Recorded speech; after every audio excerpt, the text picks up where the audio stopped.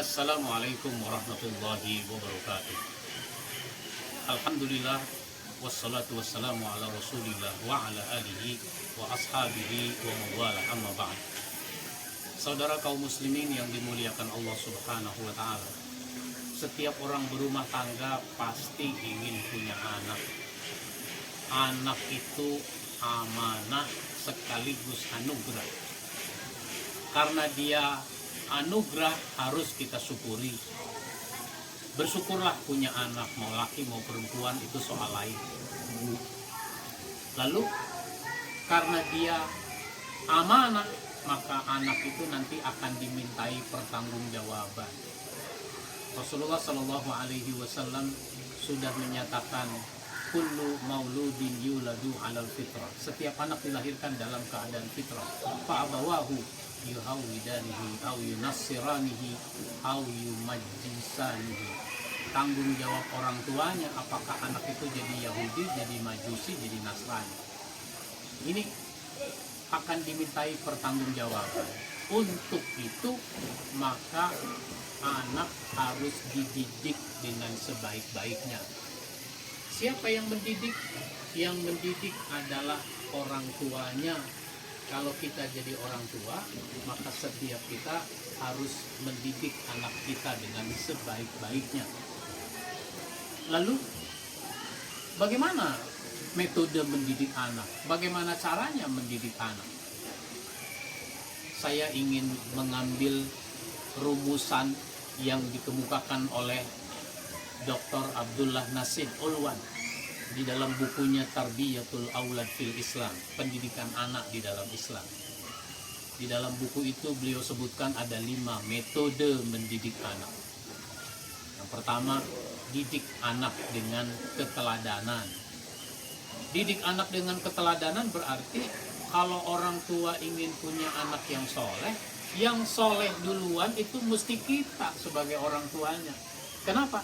Karena kita harus ngasih contoh. Nggak bisa bersandiwara.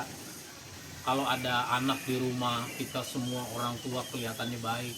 Tapi kalau anak pergi, kita tidak nampak dalam kebaikan, nggak begitu. Jadi, keteladanan, ngasih contoh yang baik. Ya, sebagai contoh sederhana, kalau bapak merokok, nanti anak-anak meniru. Kenapa? Mau bapak merokok ya anak merokok juga. Sehingga bapak tidak bisa melarang anak merokok. Kenapa? Mau bapaknya merokok, bagaimana mau melarang anaknya merokok? Nah itu begitu. Didik anak dengan keteladanan. Yang kedua, didik anak dengan pembiasaan. Kebiasaan-kebiasaan yang baik itu sudah harus ditanamkan sejak dini. Itu sebabnya sholat meskipun wajibnya pada saat balik, tapi anak itu sudah harus disuruh melaksanakan sholat pada saat dia berumur 7 tahun, bahkan dipukul kalau sampai 10 tahun masih tidak sholat juga. Dipukul dalam arti diberi sanksi. Itu artinya apa? Pembiasaan. Jadi sejak kecil, sejak dini, anak dibiasakan misalnya untuk melaksanakan sholat. Dibiasakan untuk melakukan segala kebaikan, makan dengan tangan kanan, mengucapkan salam, dan seterusnya. Itu semua harus dibiasakan. Ada ungkapan mengatakan bisa karena biasa. Cuma yang repot kalau orang tua tidak biasa melakukan sesuatu yang baik, ya bagaimana dia mau membiasakan anaknya? Tidak biasa sholat ke masjid, misalnya. Seorang bapak tidak biasa sholat ke masjid dalam berjamaah. Ya, terus bagaimana dia bisa ngajak anaknya sholat ke masjid atau dia nyuruh anaknya ke masjid? Nah, yang ketiga, didik anak itu dengan pengajaran. Didik anak dengan pengajaran. Ketika anak sudah bisa diajak bicara, bisa diajak ngobrol, bisa memahami suatu persoalan, maka diajarkan, diberi pengajaran, diberi pengetahuan, mengapa begini, mengapa begitu, apa yang harus kita lakukan, apa yang harus kita tinggalkan. Itu semua harus diajarkan, diproses sedemikian rupa. Dan mengajarkan itu nggak mesti ceramah, dari orang tua kepada anaknya, tapi bisa saja dengan berdialog. Maka kita dapat contoh dari Nabi Ibrahim alaihissalam. Nabi Ibrahim ngajak dialog anaknya Ismail. Ini luar biasa, ada suasana dialogis dalam kehidupan keluarga Nabi Ibrahim. Nabi Ibrahim yakin ada perintah dari Allah kepada dirinya untuk menyembelih anaknya Ismail. Udah yakin, mantep, tapi ternyata Nabi Ibrahim ajak anaknya dialog. Ya bunayya inni ara fil manam anni asbahuka fanzur maza tara. Nah, aku lihat dalam tidurku bahwa aku menyembelih kamu. Apa pendapatmu tentang mimpi bapak itu?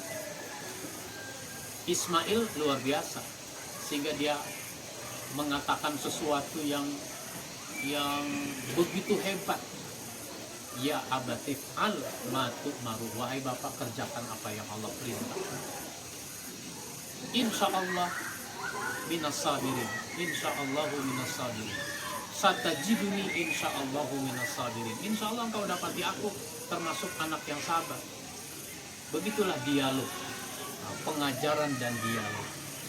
Nah, yang keempat, didik anak itu dengan pengawasan dan nasihat. Nah, orang tua mengawasi anaknya.